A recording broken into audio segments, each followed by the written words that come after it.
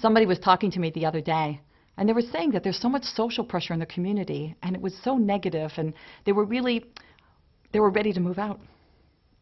So I told her that every community has certain social pressure, and that when you move into a community, you choose your social pressure.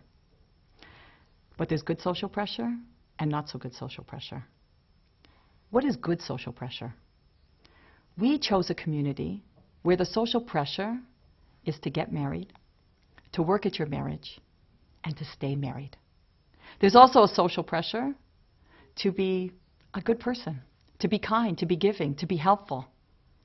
There's a social pressure not to gossip. In my community, if I would say, oh, I've got some great gossip for you, I would be a social pariah. It would be like I lit a cigarette in a closed elevator. People would go home and tell their spouses that our children can't marry her children.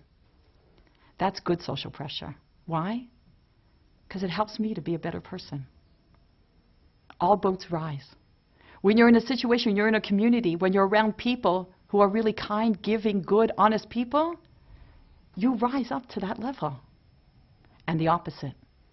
There are some communities where there's a social pressure to gossip.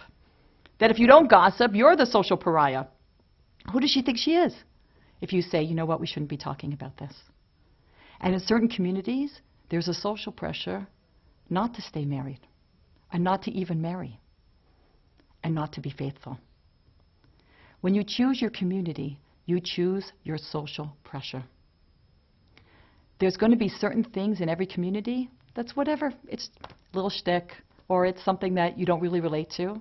There's certain things that we're going to do in our communities that we're going to do just to get along, just for shalom, just for peace. Know you're doing it for that reason. Know that this is what I'm doing just to get along with people. It's just not worth standing up for. There are going to be certain things that are worth standing up for. That there's mistakes and there are things that are hurting people, you're going to take a stand. You have your good social pressure. You have the things you're going to go along with just for peace. And there's certain things you're going to take a stand for. Choose wisely. And choose a community that has the social pressure that you want to strive for and that you need. I'm Lori, Amos Life.